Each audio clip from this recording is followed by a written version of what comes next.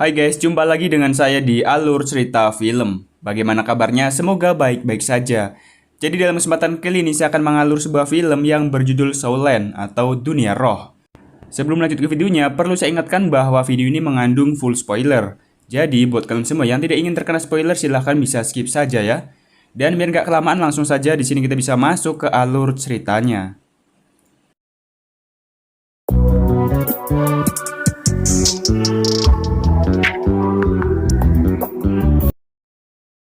Cerita diawali dengan diperlihatkannya seorang pemuda jenius yang bernama Tangsan. Di usianya yang muda, ia sudah mempunyai beberapa ilmu bela diri tingkat tinggi. Beberapa di antaranya adalah mata iblis ungu dan tangan besi.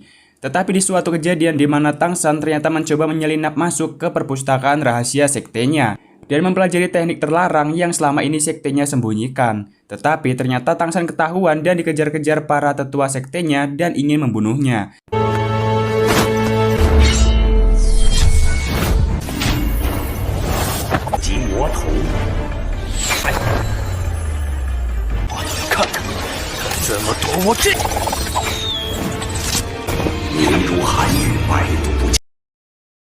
Setelah jauh ia berlari dan sampailah ia di lembah iblis dan dikarenakan sudah terpojok, pemuda tersebut pun menjatuhkan dirinya.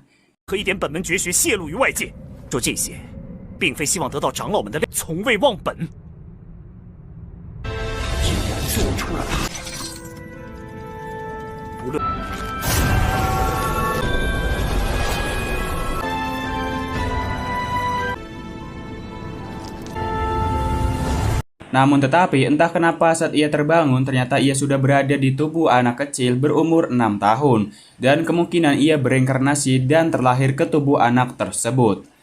Ia saat ini berada di sebuah daerah dengan nama Dataran Dahulu. Tangsan kecil tinggal di desa yang bernama Roh Mulia.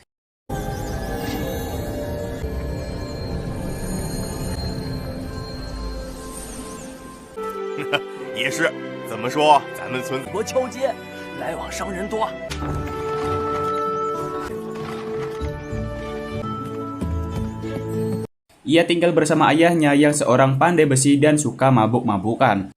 Setiap harinya, Tangsanlah yang mengurus rumah dan menyiapkan makanan. Kemudian, scene berganti di mana anak-anaknya sudah menginjak usia 6 tahun akan dikumpulkan dan diuji apakah anak tersebut mempunyai roh pelindung atau tidak.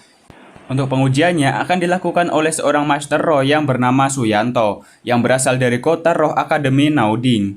Tangsan dan anak-anak lain kemudian diajak masuk ke dalam ruangan.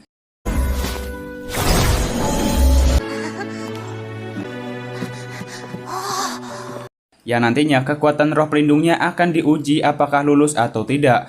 Untuk roh pelindung mempunyai banyak variasi bentuknya dan tingkat kekuatannya.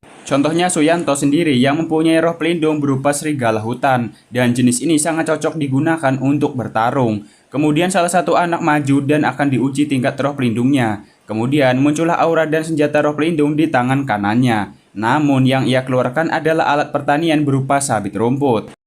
Kemudian tes kedua adalah mengetes seberapa kuat tingkat kekuatannya dan dikeluarkannya sebuah bola cahaya, di mana bola tersebut akan menyala terang jika yang menyentuhnya mempunyai energi yang cukup. Namun sayang sekali anak tersebut tidak mempunyai energi roh dan ia pun dinyatakan gagal karena roh pelindungnya tidak dapat dikembangkan. Singkat cerita, semua anak tersebut tidak ada yang berhasil lolos dikarenakan sekeras apapun latihannya tidak akan membuatnya berkembang. Dan itu semua hanya sia-sia karena tidak akan ada yang bisa menjadi Master Roh. Sampai akhirnya Tangsanlah sebagai anak yang tersisa dan mencoba melakukan tes. Kemudian ia pun mengeluarkan roh pelindung yang berbeda dari anak lainnya, yakni rumput biru perak. Namun secara tidak sengaja ia juga membangkitkan roh pelindung lain berupa palu di tangan kirinya. Namun Tangsan malah menyembunyikannya dan memperlihatkan roh pelindung yang berupa rumput. Namun sayang sekali Suyanto malah bilang kalau roh pelindung rumput lebih rendah dan sama sekali tidak berguna. Kemudian Suyanto tidak mau melanjutkan tes kedua karena ia pikir itu hanya sia-sia. Namun Tangsan bersikeras untuk diberi kesempatan untuk mencobanya terlebih dahulu. Dan seketika setelah Tangsan menyentuh bola tersebut, semua ruangan terang akibat cahaya yang ditimbulkan oleh energi Tangsan.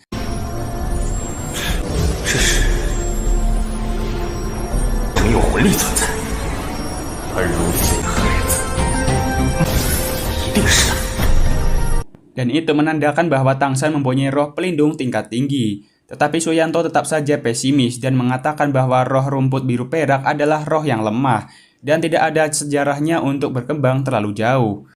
Kemudian setelah ujian selesai, Pak Kepala Desa memberitahu bahwa Suyanto telah meninggalkan undangan untuk Tangsan agar dapat mengikuti Akademi Roh di kota Nauding. Setelah itu ia pergi menemui ayahnya dan meminta izin agar diperbolehkan mengikuti akademi tersebut yang akan diadakan 3 bulan lagi. Namun dengan tegas sang ayah menolaknya tanpa memberikan alasan yang jelas. Kemudian Tangsan membujuk ayahnya dengan memperlihatkan kekuatan roh gandanya yang berupa tumbuhan rumput dan roh palu Huotien. Setelah melihat anaknya mewarisi roh pelindung rumput biru perak mendiang ibunya serta roh palu miliknya, ia pun mempertimbangkannya lagi. Di sini kita tahu bahwa mengenai kejadian beberapa tahun yang lalu di mana ibunya gugur di medan perang dan sang ayah juga adalah bukan orang sembarangan.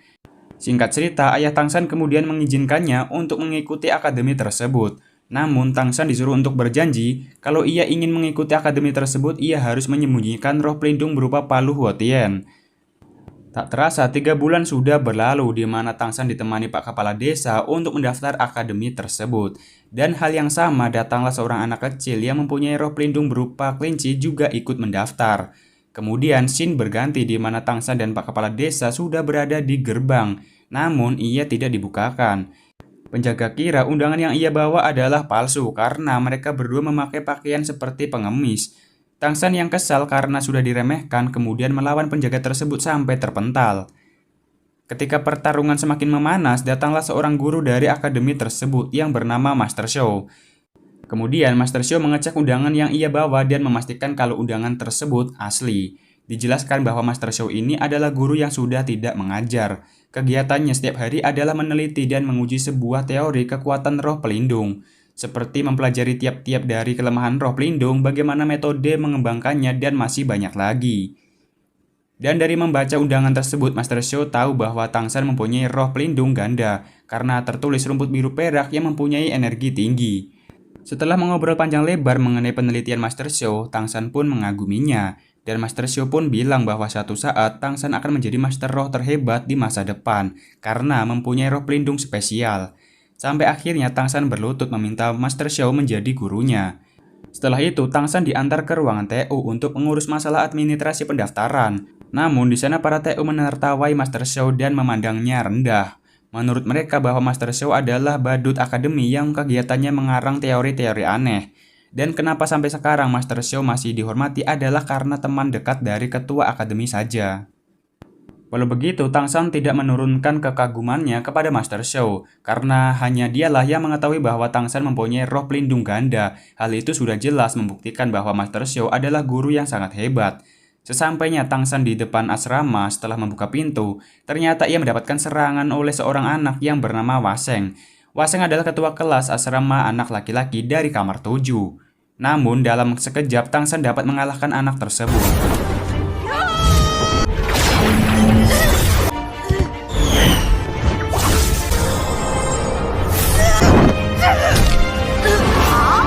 Dalam sekejap anak-anak di dalam kamar tersebut menobatkan Tangsan sebagai ketua. Dikarenakan itu sudah menjadi tradisi di mana yang kuat akan menjadi ketua baru. Dan tiba-tiba datanglah Xiaowu, seorang anak yang kita jumpai di awal tadi. Kemudian seperti aturan yang berlaku untuk merebutkan siapa ketua kelas baru, mau tidak mau mereka berdua harus bertarung. Dan pertarungan pun sangat sengit di mana kekuatan Xiaowu dapat mengimbangi kekuatan Tangsan.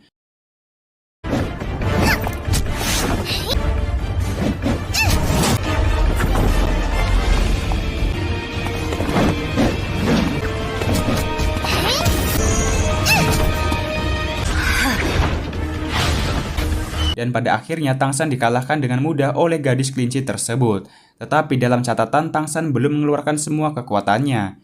Dan hal itu pun sudah cukup membuatnya terkesan, di mana ia belum pernah melihat gerakan seperti itu di kehidupan di masa lalu. Dari kemenangan ini Xiaowu pun dinobatkan sebagai bos baru. Para anak laki-laki pun menawarkan selimutnya untuk Xiaowu, namun Xiaowu malah meminta selimut Tangsan yang lebih besar dan digunakannya untuk berdua. Berpindah di mana mereka sedang berada di kantin.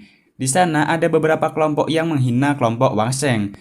Dan ternyata di akademi ini dibagi menjadi beberapa berdasarkan status sosial. Adapun anak orang kaya mendapatkan tempat VIP seperti hotel, sedangkan asrama biasa untuk anak-anak miskin. Xiaobu yang kesal ingin memulai keributan namun berhasil dicegah oleh Tang San. Keesokan harinya, Tang San menemui Master Xiao di ruangannya dan ia menunjukkan roh pelindungnya berupa palu di tangannya. Dirasa kekuatan Tang San sudah cukup, Master Xiao pun mengajak Tang San untuk berburu cincin roh besok. Cincin roh sendiri adalah sebuah item spiritual yang bisa didapatkan dari membunuh siluman roh yang digunakan untuk menaikkan level dari Master Roh. Dijelaskan berlatih sekeras apapun tanpa cincin roh tidak akan bisa naik level. Namun di sini Master Xiao melarang Tang San menambahkan cincin roh di palu Hou Tian. Dan dia bilang juga bahwa Tang San belum boleh mengetahui alasan tersebut. Dan Master Xiao meminta agar Tang San untuk fokus mengembangkan rumput biru perak miliknya.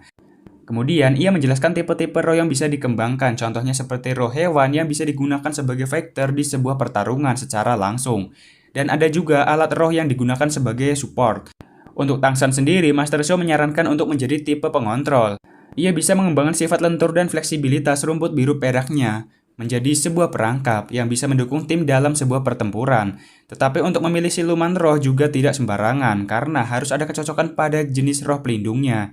Dikabarkan, tercatat ada beberapa orang yang terkena adanya penolakan akibat gagalnya penyatuan antara roh pelindung.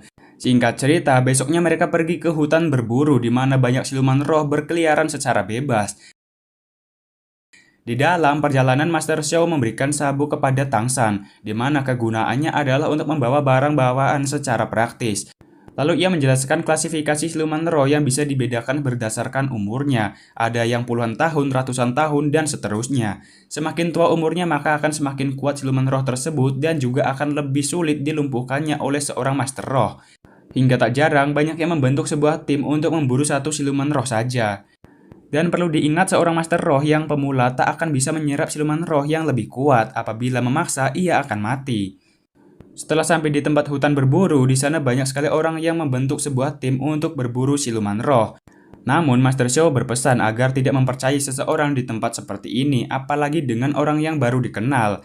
Dikarenakan sebuah tim harus dibentuk sebaik mungkin dan saling melengkapi, bukannya dibentuk sembarangan asal rekrut. Hutan berburu adalah tempat yang sangat dijaga ketat, sehingga apabila ingin masuk, ia harus menunjukkan ID card terlebih dahulu agar bisa masuk untuk berburu. ID card sendiri mempunyai 6 tingkatan yang terukir simbol-simbol. Simbol-simbol tersebut mewakili 6 Master Roh legendaris. Tentunya semakin tinggi ID card-nya, maka akan semakin luas tempat berburunya. Dan ID card sendiri yang mempunyai tingkatan paling tinggi dimiliki Master Roh bergelar Douluo. Sesampainya di dalam, mereka memulai pencarian. Kemudian Master Xiao mengeluarkan roh pelindungnya berupa hewan yang bermutasi bernama Liu Shenpao. Kemampuannya adalah mempunyai penciuman yang sangat tajam dan dapat mengeluarkan kentut halilintar. Dijelaskan juga bahwa roh pelindung juga terkadang mampu melakukan mutasi. Sayangnya dalam kasus Master Xiao di mana roh pelindungnya malah bermutasi menjadi lebih lemah. Hal inilah yang membuatnya mentok di level 30 dan membuatnya menjadi bahan ejekan di akademi. Mereka berdua lalu melanjutkan perjalanannya lebih jauh ke dalam hutan.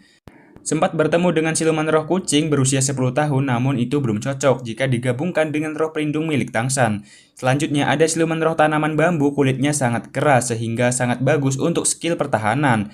Walaupun cocok, tetapi belum yang terbaik untuk rumput biru milik Tang San. Ia menyarankan memilih siluman roh beracun dan memiliki pertahanan yang sangat tinggi. Pemburuan mereka pun sampai malam, tiba-tiba datanglah segerombolan siluman roh serigala. Namun hal itu dapat dihalau oleh Liu Shenpao menggunakan kentut halilintar.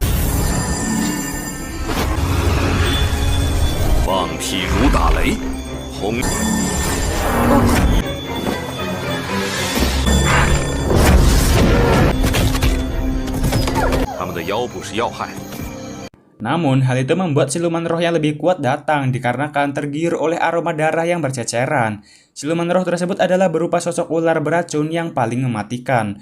Walaupun sangat cocok untuk roh pelindung Tang San, namun Master Xiao mengajak Tang San untuk lari dari tempat itu dikarenakan sangatlah berbahaya. Kemudian Liu Shenpao yang mencoba mengalihkan ular tersebut pun harus terkena amukan ular tersebut. Sehingga di saat terkena gigitan ular, Master Xiao mencoba menariknya kembali. Sadar bahwa tidak ada kesempatan untuk kabur, Tang San pun mencoba menghadapinya.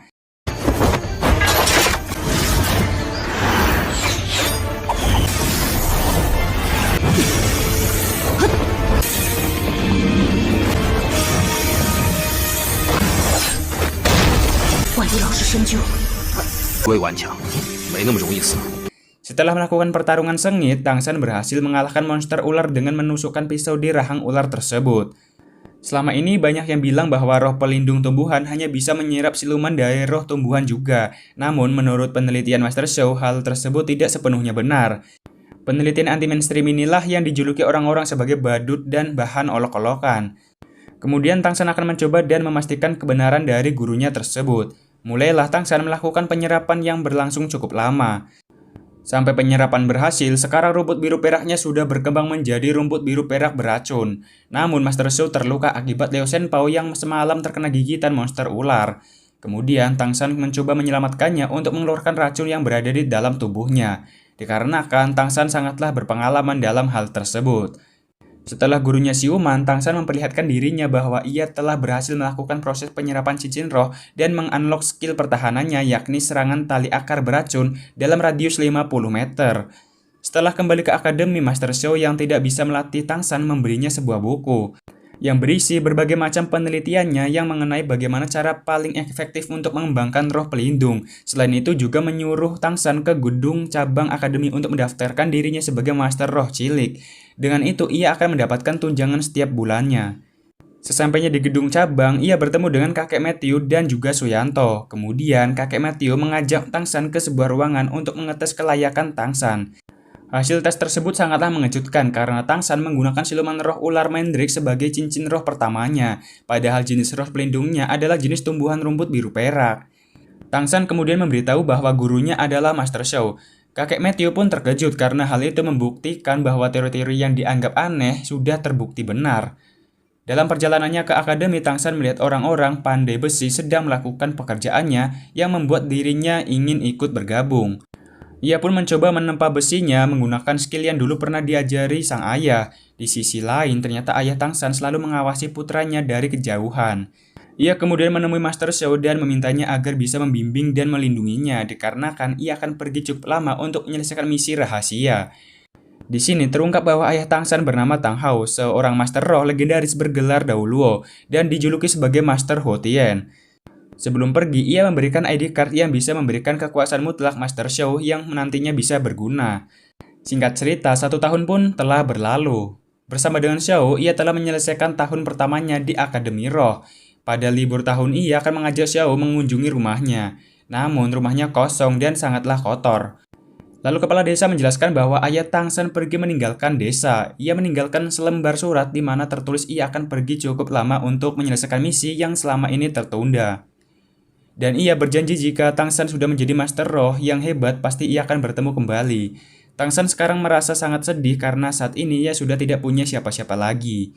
Bernasib sama sebagai sebatang kara, ia lalu meminta Shou menjadi sebagai adiknya dan berjanji akan melindunginya. Dan ia berjanji akan bertekad menjadi master roh terkuat dan membuat semua orang bangga termasuk ayahnya. Berlatar waktu 5 tahun setelah pasca Tang San berpisah dengan sang ayah bersama adik angkatnya Xiao Wu, kini Tang San remaja sudah lulus dari Akademi Nauding dan perlu mendaftar ke jenjang yang lebih tinggi. Banyak akademi yang bisa ia masuki, namun Master Xiao menyarankan ia untuk bergabung ke Akademi Sri Lanka. Di saat perjalanan, ia memutuskan untuk singgah di sebuah hotel yang ternyata cuma tersisa 1 kamar. Sebelum Tang San dan Xiao Wu sempat check-in, seorang pria datang dengan 2 wanita dan menyela untuk mengambil kamar terakhir tersebut.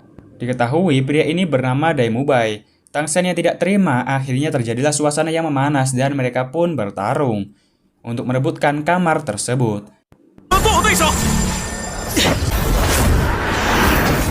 Dan film pun selesai. Nah, jadi bagaimana menurut kalian mengenai film ini? Tuliskan di kolom komentar. Dan silahkan buat kalian semua bisa di-subrek dulu ya, biar nggak ketinggalan episode selanjutnya, dikarenakan masih panjang sekali untuk episode-episode yang akan datang. Dan sekian untuk spoiler kali ini, sampai jumpa. Goodbye.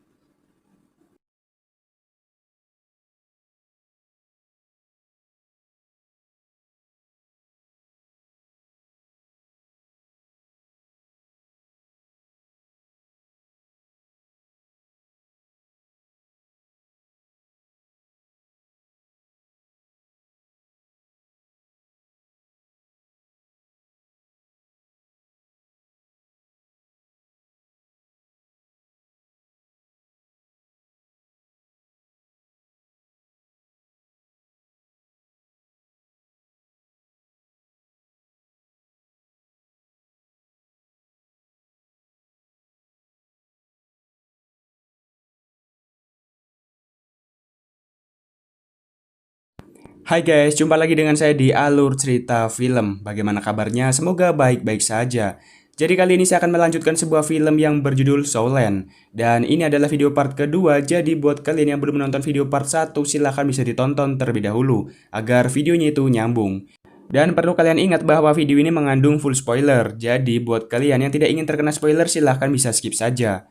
Oke, biar gak kelamaan, langsung saja kita bisa masuk ke alur ceritanya.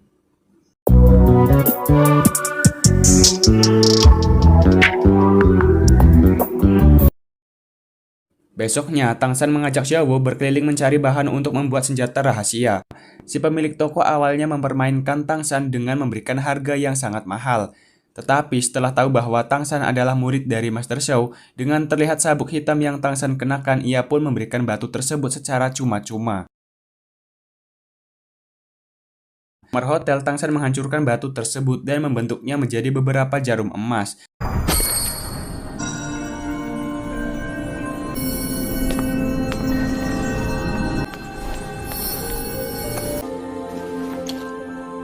Kak, 水晶保护，发尖会蜷缩起来形成颗粒。 Dan menunjukkan teknik mematikan persis seperti ingatan dari masa lalunya. 我还是没明白。人体积又小，你想象一下，失去魂力支持的发晶蜷缩起来会有什么效果？ Singkat cerita, bersama Xiaowu, ia kini mendaftar di Akademi Sri Lanka.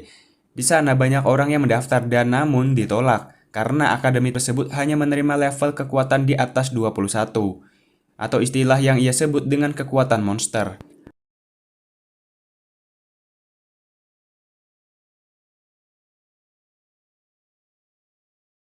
Diperlihatkan Daimube yang ternyata merupakan murid senior Sri Lanka. Ia menunjukkan kekuatannya yang seketika membuat para pendaftar menjadi pesimis. 紫色，算我们倒霉，走！ Dan kemudian datanglah seorang gadis bernama Ning Rongrong yang ternyata langsung diterima karena sudah memiliki kekuatan di level 26 dan berasal dari klan ternama yakni klan Cahaya Kibau, sebuah klan yang dikatakan mempunyai roh pelindung jenis support terkuat di Daoluo. Sampailah giliran Tang San dan Xiaowu, mereka juga diterima dan lolos di tahap pertama setelah menunjukkan kalau mereka telah mencapai level 29.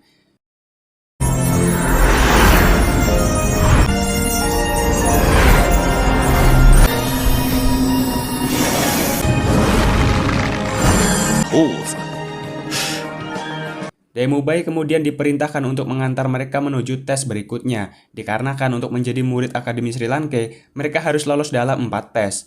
Sembari menjelaskan kalau ia telah mencari pasangan yang serasi dengan roh pelindung miliknya. Karena dikatakan kalau penggabungan dua kekuatan roh yang serasi akan melahirkan kekuatan baru yang sangat kuat. Memasuki gedung akademi yang sangat tidak meyakinkan, Tang San bertemu dengan seorang pria yang menawarkan sosis bernama Oishike. Oishike merupakan murid Akademi Sri Lanka yang seangkatan dengan Daimube dan mempunyai kekuatan roh pelindung yang sangat unik, yakni tipe support makanan. Salah satu yang menjadi skill andalannya adalah menciptakan sosis pemulih stamina. Selain itu, Daimube membawa satu pendaftar yang lolos tahap pertama bernama Suying. Ia telah mencapai level 27 dengan roh pelindung hewan jenis kucing neraka. Singkat cerita, diajaklah mereka berempat untuk mengikuti tes terakhir. Dikarenakan dinilai kekuatan mereka yang cukup kuat sehingga tidak perlu mengikuti tes kedua dan ketiga, dalam perjalanan Daimube menjelaskan Akademi Sri Lanka berjalan secara independen tanpa terikat dengan kerajaan manapun. Selain itu, hanya tercatat memiliki 42 murid sejak didirikannya 20 tahun yang lalu, sehingga rata-rata hanya menerima 2 orang murid saja setiap tahunnya. Hal ini menjadi alasan kenapa akademi ini sangatlah miskin.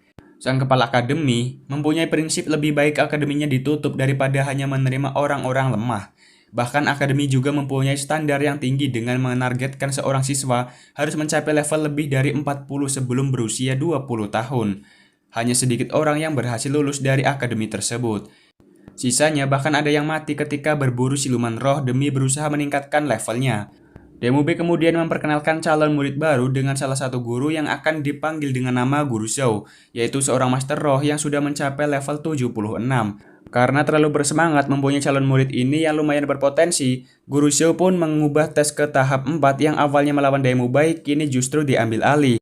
Dengan kata lain, mereka berempat kini harus bertarung melawan Guru Zhou di tes kali ini. Guru Zhou merupakan Master Roh yang telah mencapai level 76 dengan kekuatan roh pelindung hewan beruang berbulu emas, memiliki pertahanan super kuat yang dikatakan sama sekali tidak memiliki kelemahan. Kemudian Guru Zhou menyampaikan aturan, yaitu jika mereka sanggup bertahan sampai satu dupa habis terbakar maka mereka akan dinyatakan lolos. Namun sebaliknya jika tidak bisa maka mereka harus pulang. Ia lalu memberikan waktu kepada Tang San dan yang lainnya untuk saling bekerja sama dan berdiskusi sebelum pertarungan dimulai. Tang San pun menganalisis dengan membuat rencana kerjasama. Dimulai dari memperkenalkan kekuatan mereka masing-masing. Su Ying memiliki roh pelindung bernama kucing neraka bertipe assassin yang mengandalkan kecepatan tinggi. Sedangkan Ning Rongrong merupakan tipe support yang memiliki roh pelindung berwujud pagoda cahaya 7 bintang. Skillnya yaitu memberikan buff kecepatan dan kekuatan 30% kepada target yang ia hendaki. Setelah formasi terbentuk, pertarungan pun dimulai. Sebagai tipe support, Ning Rongrong nyaris menjadi target utama. Beruntung dengan tali akarnya, Tang San berhasil membantu. Dilanjut dengan kombinasi serangan mereka bertiga untuk menjatuhkan Guru Zhou. Menggunakan kekuatan super ofensif, Tang San tak sedikit pun memberikan lawan untuk melancarkan serangan balasan. Namun sayangnya pertahanan dari Guru Zhou tidak tertembus. Lanjut ke serangan pola kedua, kini mereka mendapatkan kekuatan buff dari Ning Rongrong untuk menggempur Guru Zhou dalam kecepatan tinggi. Sejauh ini serangan mereka belum berarti bagi Guru Zhou. Bahkan parahnya sejauh ini Guru Zhou sama sekali belum menggunakan kekuatan roh pelindungnya. Sampai ketika Tang San berhasil mendesaknya menggunakan jalar tali akar beracun.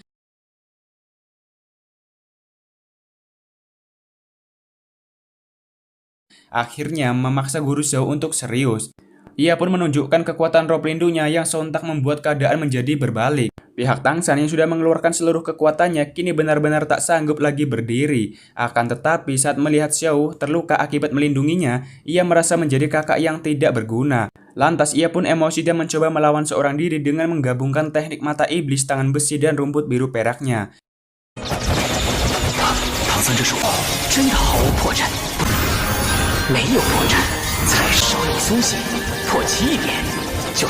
Terbukti cara ini efektif untuk mengimbangi Guru Zhou. Tetapi Guru Zhou kembali mengamuk dan melepaskan skill cincin roh keempatnya yang berumur puluhan ribu tahun. Teknik tersebut dapat meningkatkan tingkatan gravitasi di area yang ia kendaki.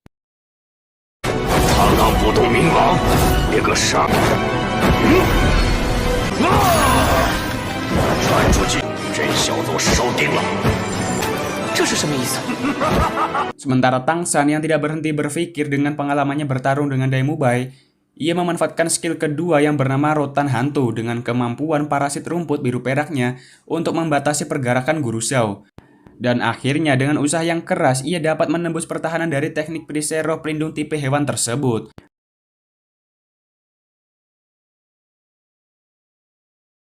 Guru Zhou yang mulai kewalahan menggunakan skill dari cincin roh kelimanya, yaitu gravitasi super kuat Black Hole. Di puncak pertarungan karena benar-benar sudah terpojok, Tang San pun terpaksa menggunakan kekuatan dari roh pelindung keduanya, yaitu hantaman palu Huotien, yang sama sekali tidak bisa ditangkis oleh Guru Zhou. Dai Mubai kemudian memanggil Oi Shike untuk mengeluarkan sosis pemulihannya. Guna mengobati semua orang yang sedang terluka, pasca duel yang sangat sengit, Guru Zhou mengakui kehebatan dari Tang San dan memutuskan untuk meluluskan mereka semua dalam tes kali ini. Selain itu, Tang San juga membantunya mengeluarkan jarum beracun yang tertanam di dalam tubuh Guru Zhou.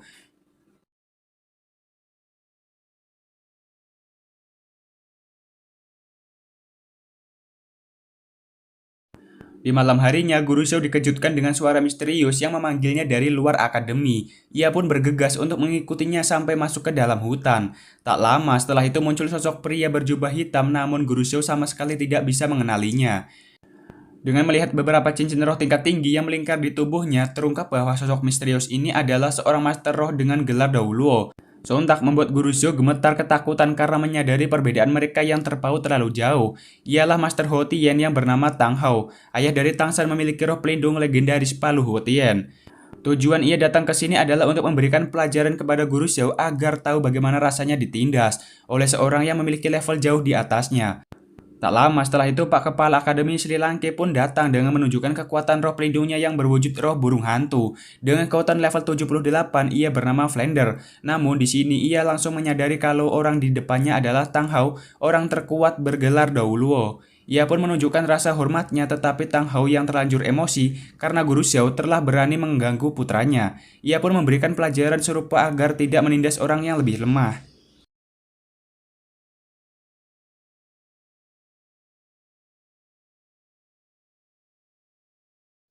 Setelah ia puas mengajar Guru Xiao sampai babak belur, Tang Hao pun membiarkannya tetap hidup dan berpesan agar mereka menjaga putranya dengan baik di akademi ini.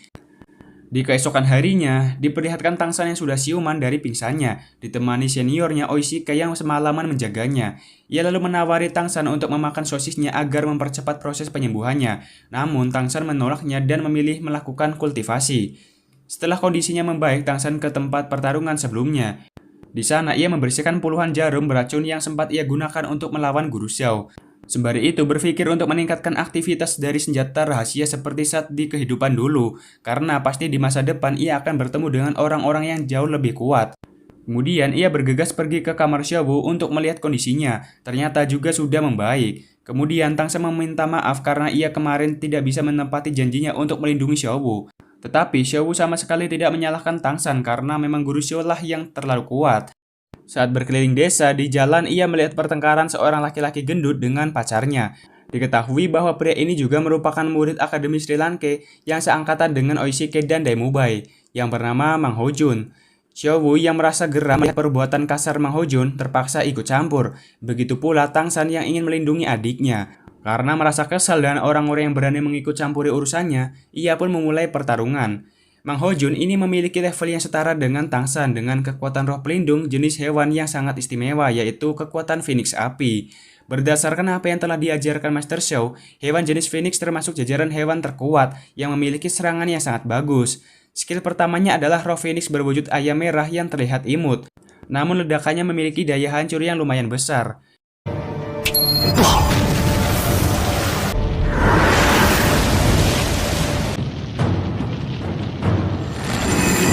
Dalam upaya, Tang San mencoba menangkap Mang Hojun menggunakan tali akarnya namun tidak berhasil, karena kekuatan jenis roh pelindung tumbuhan ternyata terlihat sangat lemah jika berhadapan dengan elemen api. Sampai akhirnya mengandalkan kelincahan dan paras imutnya, Mang Hojun lengah sehingga Xiaowu berhasil mendaratkan pukulannya ke Mang Hojun. Untung saja sebelum pertarungan semakin serius, Daimubai datang untuk memisahkan mereka. Saat suasana sudah tenang, Daimubai lalu menjelaskan bahwa Akademi Sri Lanka di tahun ini hanya memiliki 3 murid, yaitu dirinya, Oishike, dan Mang Hojun. Kemudian, ia juga menjelaskan kekuatan roh pelindung milik Mang Hojun mengalami mutasi. Dari yang awalnya burung biasa bermutasi menjadi Phoenix Api dengan kekuatan elemen api yang sangat kuat.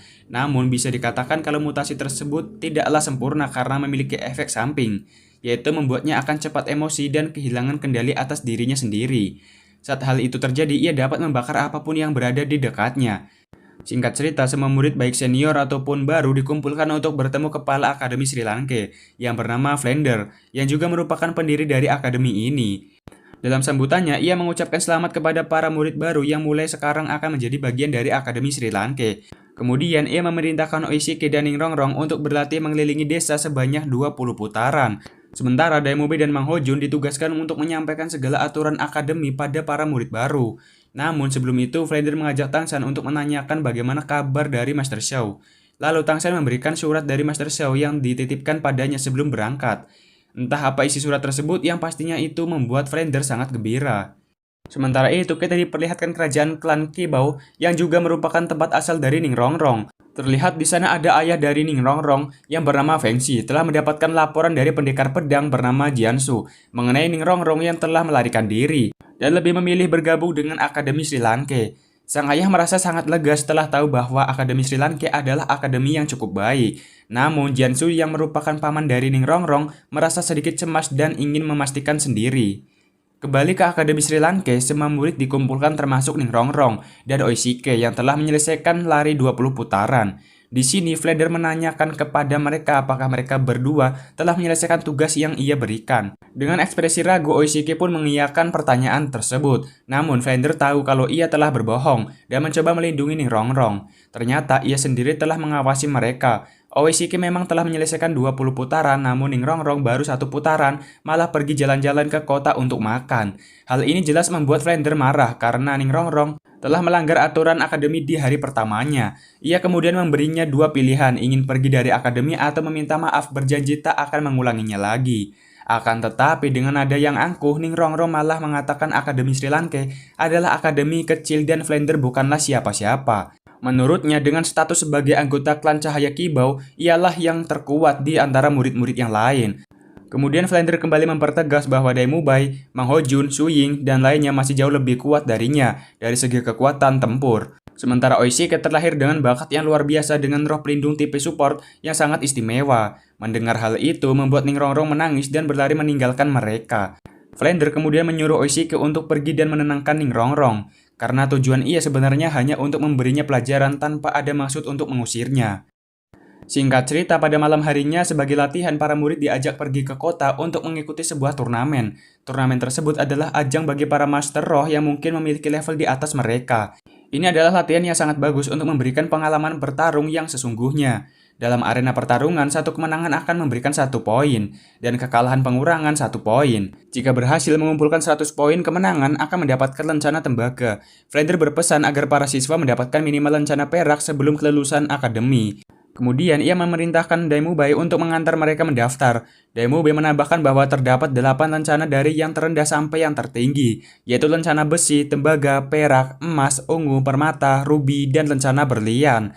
Pada awalnya, Xiao menganggap mudah tantangan tersebut karena lencana perak berada di urutan ketiga. Namun Daimubai membantah hal tersebut karena sejak dulu saat ia berada di level 29, sampai sekarang tercatat ia menang hanya sebanyak 29 kali dan kalah 27 kali. Jadi selama ini ia hanya berhasil mengumpulkan total 2 poin saja. Di tempat ini banyak jenis pertarungan yang dipilih, seperti pertarungan 1 lawan 1, 2 lawan 2, maupun 3 lawan 3.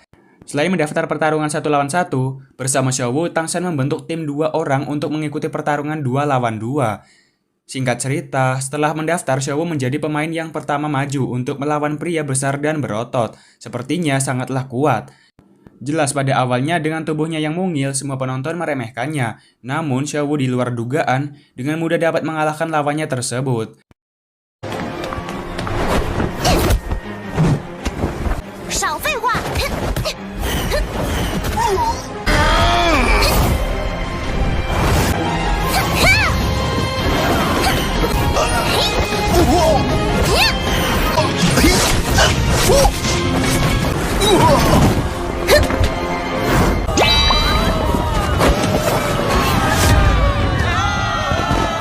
Pertarungan berikutnya adalah Tangshan melawan Suying. Karena pemilihan peserta yang dilakukan secara random, secara kebetulan ia mendapatkan lawan dari teman akademinya.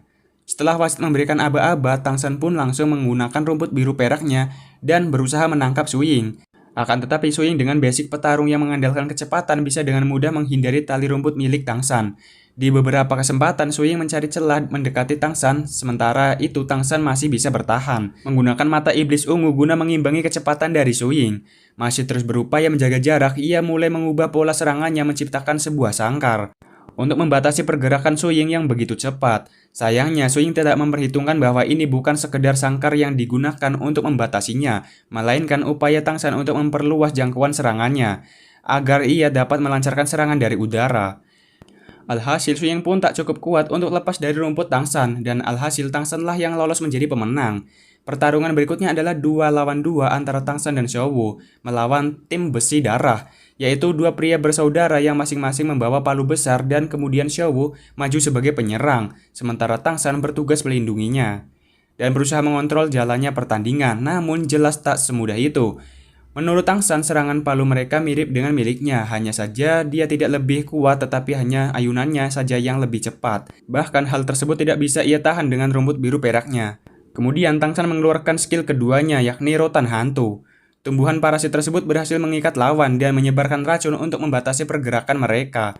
Pertarungan masih berlanjut secara kompak, mereka menggunakan skill ketiganya, yaitu lemparan palu kembar yang dapat melacak targetnya. Tangshan yang ingin menyelamatkan Xiao tak cukup kuat sehingga ia terpental jauh. Hal itu membuat Xiao sangat marah dan langsung menyerang mereka dengan senjata jarum rahasia yang bisa membunuh lawannya dalam sekejap. Namun Tangshan menghalau serangan mematikan tersebut karena bagaimanapun juga ini hanyalah sebuah pertandingan. Mengingat tenaga yang sudah terkuras habis ditambah racun tangsan yang mulai menyebar ke seluruh tubuh, mereka pun mengaku kalah sehingga tangsan mendapatkan kemenangan keduanya. Dan film pun selesai. Nah, jadi bagaimana menurut kalian mengenai film ini? Tuliskan di kolom komentar. Dan apabila dari kalian ada yang mau request film, silahkan bisa komenkan di bawah ini. Dan satu lagi buat kalian semua, silahkan bisa di-subscribe dulu ya, biar tidak tertinggal episode-episode berikutnya, dikarenakan masih ada banyak sekali episode yang akan datang. Oke, terima kasih, sampai jumpa. Goodbye. Hai guys, jumpa lagi dengan saya di Alur Cerita Film. Bagaimana kabarnya? Semoga baik-baik saja. Jadi kali ini saya akan melanjutkan sebuah film yang berjudul Soulland. Dan ini adalah video part ketiga, jadi buat kalian silahkan yang belum menonton part 1 dan 2, tonton terlebih dahulu agar videonya itu nyambung. Dan perlu kalian ingat bahwa video ini mengandung full spoiler. Jadi buat kalian yang tidak ingin terkena spoiler silahkan bisa skip saja. Oke, biar nggak kelamaan langsung saja kita bisa masuk ke alur ceritanya.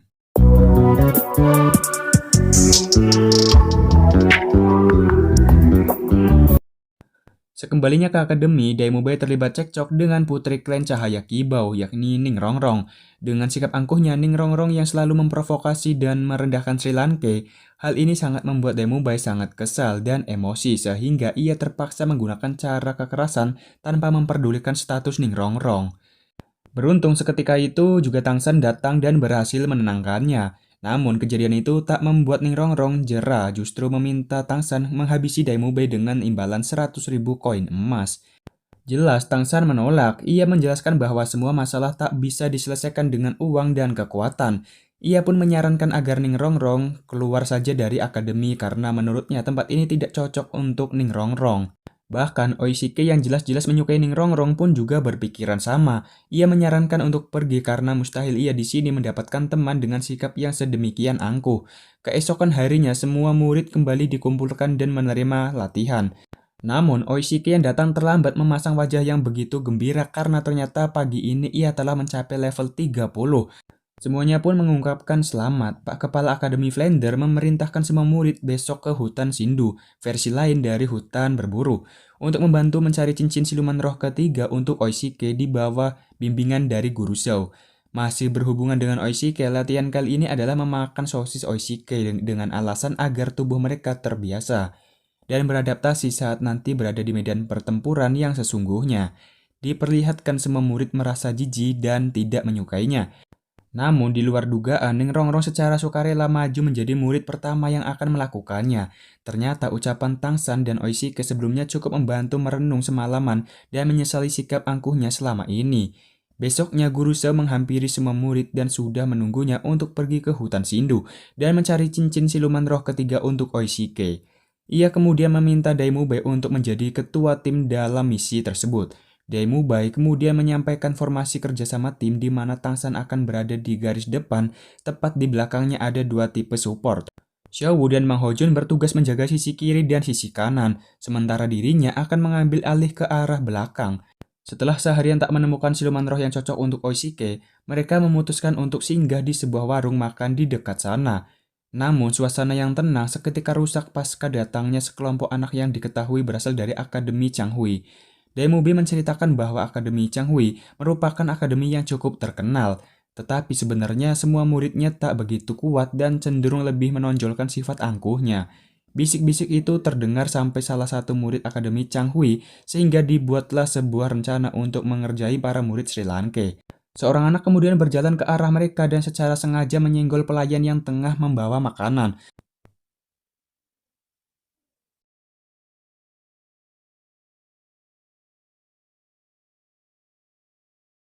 Menyaksikan hal itu, semua murid pun dibuat emosi dan menanyakan mereka ini sebenarnya berasal dari akademi mana. Namun, Daimubei justru meledeknya mereka dengan mengatakan bahwa mereka tidak berhak untuk mengetahuinya. Jelas, hal itu membuat mereka marah dan serentak maju untuk menyerang. Sementara pihak Daimubei cukup Xiaowu saja yang turun tangan dan memberi pelajaran mereka semua.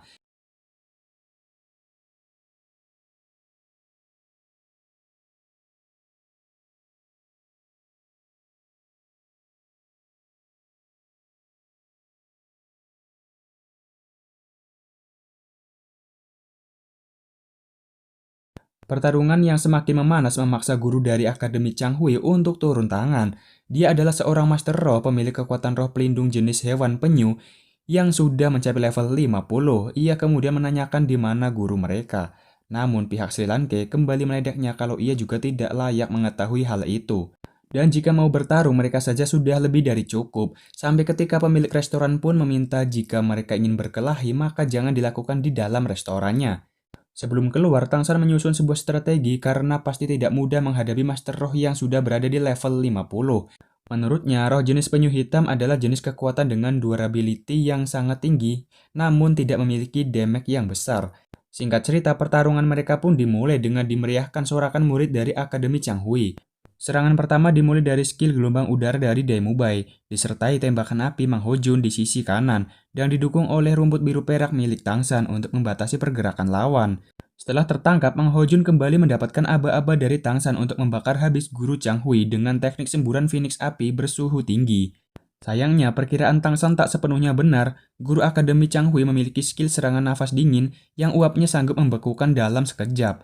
Su Ying yang mencoba mengambil kesempatan untuk melancarkan serangan jarak dekat, justru cakarnya terjebak di dalam kubah es. Beruntung dengan refleks, Daimubai segera mendekat dengan menghancurkan kubah es tersebut. Dilanjutkan dengan Tang San kembali berusaha mengikat lawan dikombinasi dengan api Mang Hojun. Daimubai yang sempat terpengaruh provokasi mengambil resiko untuk menyerangnya mengakibatkan radang tubuh dingin menjadi parah. Sementara itu, Mang Hojun kembali beraksi dengan semburan Phoenix api untuk menghalau serangan nafas es yang mengarah langsung ke Daimubai. Sehingga terjadilah bentrokan dua elemen yang saling bertolak belakang. Saat pertarungan mencapai puncaknya, Guru Zhou datang dan menyuruh semua siswa kembali ke penginapan. Namun, guru Akademi Changhui yang masih tak terima meminta para murid Sri Lanka untuk meminta maaf karena telah merendahkan akademinya. Akan tetapi, Guru Zhou mengatakan bahwa tidak ada yang perlu meminta maaf. Ia malah mempertegas bahwa Akademi Changhui memanglah akademi yang cukup terkenal, namun keangkuhannya yang cuma bisa menindas orang yang lemah saja. Pertarungan pun kembali dilanjutkan dengan Guru Zhou yang menggantikan para murid Akademi Sri Lanka. Dalam sekejap, ia bisa menghajar habis-habisan guru Akademi Changhui, bahkan tanpa memperlibatkan kekuatan pelindungnya.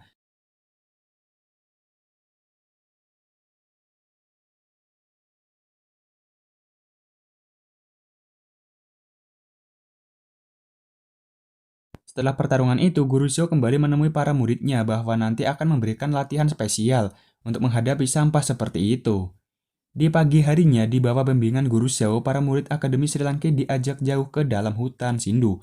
Ia menjelaskan bahwa hutan Sindu berbeda dari hutan-hutan yang dipelihara oleh kebanyakan kerajaan, karena hutan ini masih sangat liar dan siluman roh yang masih sangat buas. Ia menyarankan kepada semuanya agar tetap di dekatnya dan tidak mengusik siluman roh tanpa perintahnya jika tidak ingin mati sia-sia, terutama Oishike dan Ningrongrong. Ketika Daimubai memimpin dan membuka jalan, Tang San menyuruhnya berhati-hati agar tidak membunuh siluman roh muda agar ekosistemnya tetap terjaga.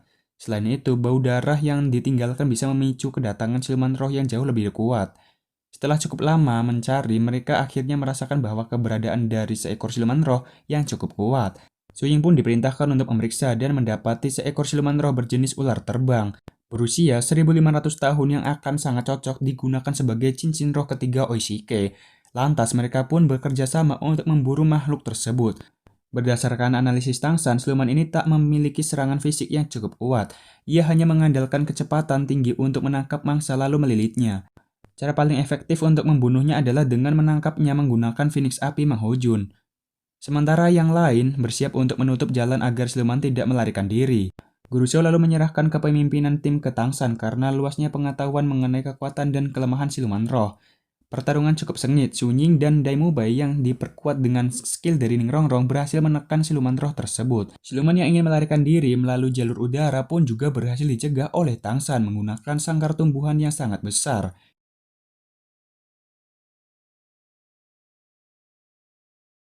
Namun saat Oishike hendak mengeksekusinya, ular tersebut mengeluarkan serangan yang beruntung berhasil digagalkan oleh Tang San. Setelah jatuh ke darat langsung disambut oleh semburan api Mang Hojun, dilanjutkan dengan serangan beruntun dari Guru Zhou yang mampu melumpuhkannya. Guru Zhou lantas menyuruh Oishike untuk mengambil cincin roh, akan tetapi tiba-tiba datang seorang nenek bersama cucunya.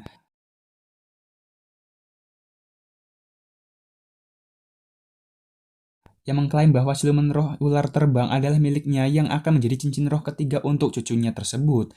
Karena ialah yang pertama kali menemukan dibuktikan dengan serangan tongkat yang ia goreskan di perut siluman tersebut. Menanggapi hal itu, Guru Xiao tidak bertindak gegabah karena nenek itu salah satu senior Master Roh yang bernama Qiao Qianxiang. Di dunia persilatan, ia merupakan Master Roh yang sangat disegani bersama pasangannya, yakni bangsawan Naga Mengsu. Mereka menjadi dua maut terkuat yang mampu menandingi Master Roh dengan gelar Daoluo. Walaupun begitu, Guru Xiao masih menolak untuk memberikan siluman roh tersebut.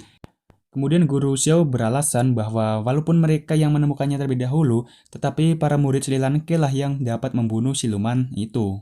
Sampai akhirnya diputuskan untuk mengikuti hukum Master Roh untuk menyelesaikan masalah ini. Hukum itu menyatakan bahwa sesama Master Roh harus saling bertarung demi merebutkan siluman roh tersebut. Sehingga Uishike ditantang untuk menghadapi cucunya yang bernama Mengiran, yang sudah mencapai level 30. Namun Guru Xiao menolak mengingat muridnya merupakan Master Roh tipe support.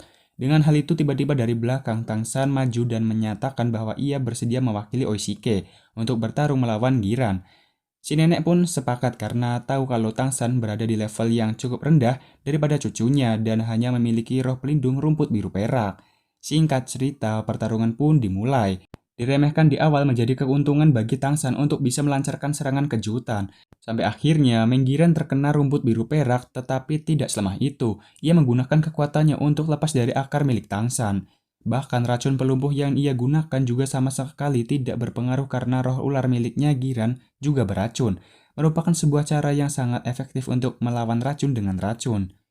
Menggunakan senjata tombak beracun kemudian ia melakukan serangan balasan. Tidak begitu cepat namun sangat merepotkan karena jumlahnya yang lumayan banyak. Tang San pun berusaha mendekat dan berhasil melakukan serangan tersebut yang dikendalikan oleh tingkat ular milik Giran. Mulailah mereka membenturkan energi yang saling menekan satu sama lain. Setelah cukup lama saling menekan, pertarungan itu pun akhirnya dimenangkan oleh Tang San sehingga hak siluman roh ular tersebut kini diserahkan kepada Oishike. Oishike kemudian segera mengeksekusi siluman roh tersebut dan mulai proses kultivasi untuk mendapatkan cincin roh ketiganya.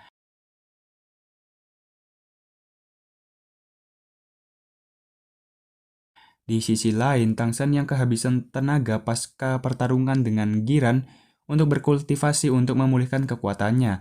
Singkat cerita, Oishike sudah selesai dengan proses penyerapannya dan telah berhasil memperoleh cincin ketiga untuk mengunlock skill sosis terbangnya. Barang siapa yang memakan sosis tersebut, maka akan bisa terbang selama 1 menit dengan kecepatan ular terbang. Kemudian Guru Xiao memerintahkan mereka untuk pulang ke akademi. Namun Tang San menyela dan bilang kalau kini ia juga sudah berhasil mencapai level 30. Sehingga sekarang ia ingin mencari siluman roh untuk dijadikan cincin ketiganya. Mendengar hal itu, Guru Xiao yang terlihat senang lalu setuju mengajak semuanya mencari tempat yang aman untuk beristirahat terlebih dahulu. Di malam harinya, saat telah beristirahat, mereka membicarakan mengenai siluman roh yang selalu diburu oleh manusia. Guru Xiao lalu mengatakan kalau sekarang semakin sulit mencari cincin roh, padahal dulu di pinggiran hutan saja terdapat siluman roh berusia ribuan tahun. Menanggapi itu, Tang San berpendapat kalau itu semua adalah ulah manusia yang sebenarnya jauh lebih ganas ketimbang siluman roh. Perburuan yang terus dilakukan membuat siluman roh pasti suatu saat mengalami kepunahan. Dan jika siklus ini terus berjalan, maka akan datang suatu hari di mana seorang master roh tak akan naik tingkat karena tidak ada lagi cincin roh yang tersedia. Semuanya pun termenung sejenak, termasuk Guru Xiao, yang berpikir kalau narasi Tang San memang cukup masuk akal. Di tengah pembicaraan mereka, tiba-tiba diserang siluman roh berjenis kera raksasa yang merupakan raja hutan bagi para siluman roh. Mereka pun sontak dibuat terkejut karena biasanya siluman roh jenis ini hanya tinggal di hutan terdalam dan jarang keluar. Menurut Tang San, kera raksasa adalah mimpi buruk bagi para master roh, pasalnya kekuatannya yang luar biasa kuat. Membuat seorang master roh bergelar Dauluo sekalipun belum tentu bisa menandinginya. Dikatakan siluman ini mampu mengalahkan siluman roh jenis lain yang usianya jauh di atasnya. Tak hanya dari jenis kekuatan, kecepatan, dan pertahanan, namun ia juga memiliki kecerdasan layaknya manusia. Guru Xiao yang sadar batasannya mencoba melakukan negosiasi karena siluman kera raksasa mengerti bahasa manusia. Ia pun berjanji akan segera pergi dan tak mengganggu atau mengusiknya lagi. Tapi ketika menyaksikan kemarahan dari sang raja hutan, Guru Xiao pun memerintahkan semua murid untuk pergi terlebih dahulu, sementara ia memasang kuda-kuda untuk bersiap melancarkan serangan.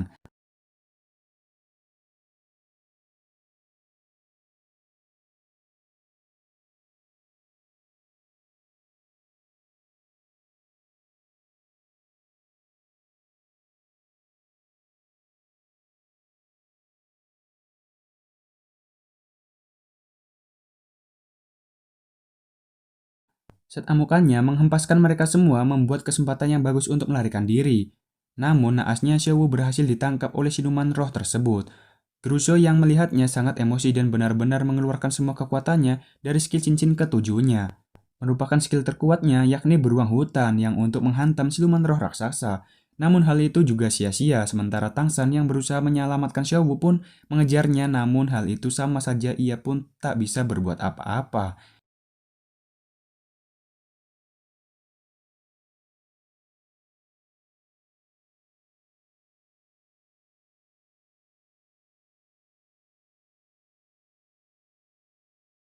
Dengan rasa kecewanya yang amat mendalam, semua pun beristirahat untuk memulihkan tenaga pasca insiden tersebut. Grusho kemudian meminta maaf karena tidak bisa menjaga Xiaowu.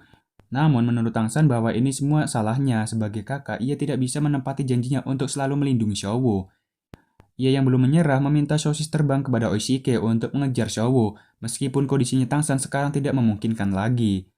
Usahanya tersebut didukung oleh Ning Rongrong yang memberinya buff kekuatan dari skill roh pelindungnya.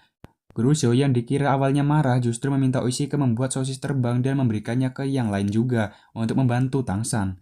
Sementara itu, nasib Xiaowu yang berhasil dibawa siluman kera raksasa ternyata tak seburuk yang dipikirkan guru dan teman-temannya.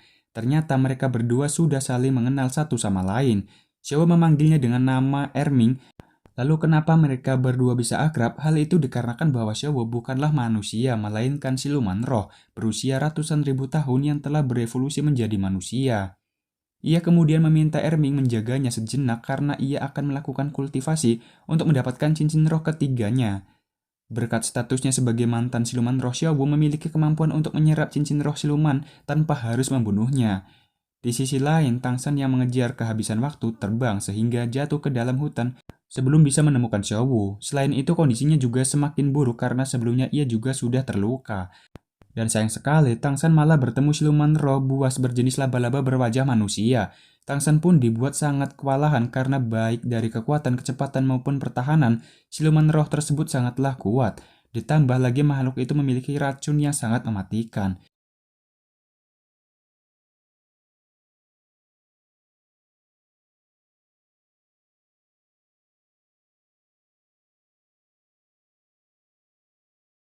Di pertarungan tersebut, Tangsan teringat perkataan dari Master Xiao bahwa siluman roh laba-laba berwajah manusia merupakan siluman roh yang sangat cocok untuk Tangsan.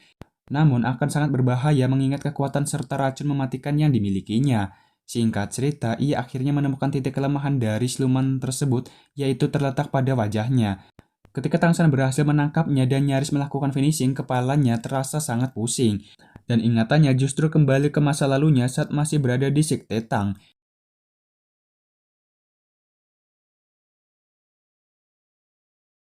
Di sana, ia kembali bertemu dengan para tetua sekte yang mengatakan Tangsan berhasil diselamatkan dari jurang lembah neraka. Namun, Tangsan sendiri seperti hilang ingatan dan tidak bisa mengingat masa lalunya di Akademi Sri Lanka. Sampai ia bertemu dengan salah seorang murid sekte dan tiba-tiba pikirannya pun kembali dan ia dapat mengingat semuanya. Ia pun lantas nekat kembali ke kehidupannya di Sri Lanka karena teringat Xiaowu yang harus diselamatkan.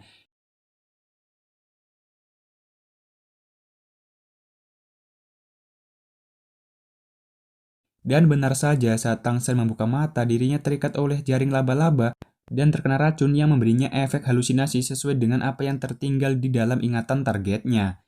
Tangsan pun kembali melakukan perlawanan dan akhirnya berhasil melepaskan diri dari ikatan jaring laba-laba. Karena benar-benar sudah terdesak, ia tak punya pilihan selain menggunakan kekuatan roh pelindung di tangan kirinya yakni palu Huetian untuk menghantam keras makhluk tersebut. Sampai akhirnya setelah berusaha keras, ia dapat membuka pertahanan si laba-laba dan segera mengeksekusinya. Sebelum memulai proses penyerapan, Tangsan beristirahat sejenak untuk mengeluarkan racun yang semakin menyebar ke seluruh tubuhnya. Namun secara tiba-tiba ia dikejutkan dengan kedatangan beberapa orang yang ternyata mereka adalah pasangan naga Mengsu bersama cucunya Menggiran. Secara kebetulan lagi ternyata siluman roh laba-laba itu adalah incaran untuk cincin ketiga Menggiran. Mereka pun jelas sangat marah karena Tangsan menggagalkan perburuan siluman roh untuk cucunya sebanyak 2 kali. Namun di sisi lain, Mengsu juga terkejut setelah mengetahui Tangsan sanggup membunuh siluman laba-laba itu seorang diri. Kemudian Tangsan menyampaikan pembelaannya kalau ia juga terpaksa membunuhnya. Tadi ia hanya berusaha membela diri karena tiba-tiba siluman itu menyerangnya. Meng Su yang tidak memperdulikan alasan Tang San memberikan pilihan yang sulit, yaitu Tang San bersedia bergabung dengan keluarganya, maka ia akan membiarkan Tang San tetap hidup dan mempersilahkan untuk menyerap cincin roh dari siluman laba-laba tersebut. Namun Tang San dengan tegas menolak tawaran itu. Pasalnya, seseorang yang telah bergabung dengan satu keluarga maka harus mengabdikan seumur hidupnya untuk keluarga tersebut. Sementara dirinya adalah tipe orang yang lebih suka bebas dan tak terikat oleh pihak manapun. Diperlihatkan secara diam-diam, Tang San bersiap dengan busurnya untuk berencana menyandra Giran, karena mustahil ia bisa menang melawan dua orang legend di hadapannya. Merasa tawarnya tidak dihargai, Meng Su pun semakin murka. Ia lalu memberikan kesempatan terakhir Tang San untuk menebus kesalahannya yang telah 2 kali menggagalkan kenaikan tingkat dari cucunya.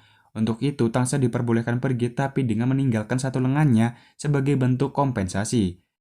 Masih mencoba bernegosiasi, Tang San mengatakan akan bersedia bergabung dengan keluarganya mereka, tetapi dengan satu syarat, yaitu mereka harus membantunya mengalahkan seekor siluman roh yang telah menculik Xiaowu. Awalnya mereka meremehkan syarat itu karena mudah baginya untuk membunuh satu siluman roh saja. Akan tetapi ekspresi mereka langsung berubah ketika Tang San mengatakan kalau siluman roh yang dimaksud adalah siluman Raja Kera Raksasa. Mereka malah menuduh kalau Tang San sengaja menjebaknya, karena berhadapan dengan makhluk itu sama saja dengan bunuh diri. Bahkan dikatakan kalau Master Roh bergelar dahulu pun belum tentu sanggup mengalahkannya. Karena keduanya tidak bisa memenuhi syarat yang ia berikan, Tang San pun enggan untuk bergabung dan mempertegas kalau mereka ini ingin silahkan bisa ambil saja sendiri. Saat posisi Tang San benar-benar terdesak, beruntung Guru Xiao dan teman-temannya datang tepat waktu untuk menghentikan kakek Meng Su. Guru Xiao tahu jelas batasannya yang tak mungkin menang jika dua maut itu sudah bersatu. Ia lantas mencoba bernegosiasi dengan mengajak Meng Su berbicara empat mata. Setelah pembicaraan singkat mereka, seketika ekspresi dari Meng Su berubah lebih hangat. Dari Guru Xiao, ia yakin tahu bahwa Tang San adalah murid dari Master Xiao, orang cerdas yang menciptakan banyak teori di dunia roh. Oleh karena itu, ia pun kini bersedia melepaskan Tang San, tapi saat akan beranjak pergi, Meng Giran yang masih tidak terima Tang San yang telah mengacaukan kesempatannya naik tingkat menantangnya bertanding dengan taruhan. Jika ia menang maka Tang San dilarang menyerap cincin roh tersebut, tapi jika ia kalah, Tang San bebas melakukannya. Tang San pun menyetujuinya, tapi sebelum mulai Oishike menyela dengan mengatakan bahwa taruhan tersebut kurang adil, karena tidak ada sesuatu milik Meng Giran yang dipertaruhkan. Karena dari itu, ia menambahkan kesepakatan konyol yaitu jika Meng Giran kalah, ia harus memberikan sebuah ciuman. Singkat cerita, karena keduanya sudah sepakat, pertarungan pun segera dimulai. Meng Giran menjelaskan bahwa pertandingannya adalah melempar beberapa pisau untuk mengenai beberapa daun yang berjatuhan. Pemenangnya ditentukan dengan banyaknya jumlah daun yang bisa mereka tangkap. Diperlihatkan Meng Giran yang dengan cepat melemparkan pisau-pisaunya dengan akurat, dengan berhasil menangkap satu daun dan tidak ada yang meleset. Melihat Tang San yang dari tadi tidak bergerak membuat Meng Giran kebingungan, namun Tang San mengatakan kalau ia sudah melakukannya. Hal itu diperjelas oleh Meng Su yang mengatakan bahwa Tang San sudah melakukannya, dan ia menang telak dari cucunya tersebut. Meng Giran yang tidak percaya kemudian ingin menyaksikannya sendiri dan benar saja, semua pisau milik Tang San tertancap sempurna dengan daun masing-masing di setiap pisaunya. Saat jauh dari Meng Giran yang satu daun per pisau, bahkan hebatnya Tang San melempar pisau dengan membelakangi pohon, tanpa menggunakan mata dan hanya mengandalkan insting yang ia latih sejak kecil. Kemudian Meng Su mengungkapkan kekagumannya kepada Tang San karena memiliki kemampuan yang ia sendiri belum tentu bisa ia lakukan. Kemudian Tang San menghampiri Meng Giran yang sedih karena kalah 2 kali. Tang San menenangkannya dengan mengatakan kalau ia jelas menang karena sering berlatih menggunakan senjata rahasianya lebih dari 9 tahun. Ia lalu menunjukkan senjata rahasianya yang jauh lebih kecil namun memiliki keuntungan lebih ringan, sehingga lebih praktis digunakan sebagai senjata mematikan. Ia juga bersedia mengajari Meng Giran dengan menjelaskan sedikit mengenai tekniknya yang disebut pelacak suara. Bukan melihat dengan mata, melainkan menggunakan indera pendengarannya yang bisa merasakan setiap gerakan bahkan tanpa ada titik buta. Setelah pembicaraan itu, tiba-tiba Meng Giran mencium Tang San karena bagaimanapun juga ia telah kalah taruhan. Semuanya pun dibuat tercengang karena fenomena itu, dan Meng Giran bersama kakeknya pun pergi dari tempat tersebut. Setelah kepergian mereka, Tang San segera meminta sosis pemulihan Oishike agar dapat segera memulai proses penyerapan dan mencari Xiaowu. Proses penyerapan Tang San nampaknya begitu berat, terlihat gejolak energi yang luar biasa kuat yang dapat dirasakan oleh Guru Xiao. Di waktu yang bersamaan kita diperlihatkan Guru Xiao yang mendapatkan selembar surat undangan dari Flander, Pak Kepala Akademi Sri Lanka. Sementara di sisi lain kita diperlihatkan Tang Hao, ayah dari Tang San, berpamitan dengan sebuah tempat yang dipenuhi rumput biru perak untuk pergi dari misinya di sebuah tempat yang disebut dengan Balai Roh Pelindung. Dan film pun selesai. Di episode berikutnya kita akan diperlihatkan Tang Hao saat masih muda dan siapa sebenarnya Tang Hao, ayah dari Tang San. Dan mungkin cukup sampai di sini aja untuk pembahasan kali ini, dan jangan lupa disaksikan terus episode-episode yang akan datang dikarenakan masih banyak sekali. Dan buat kalian semua, silahkan bisa di-subscribe terlebih dahulu dan aktifkan tombol lonceng notifikasinya agar tidak tertinggal video menarik dari saya, Aldisa. Oke, sampai jumpa. Goodbye.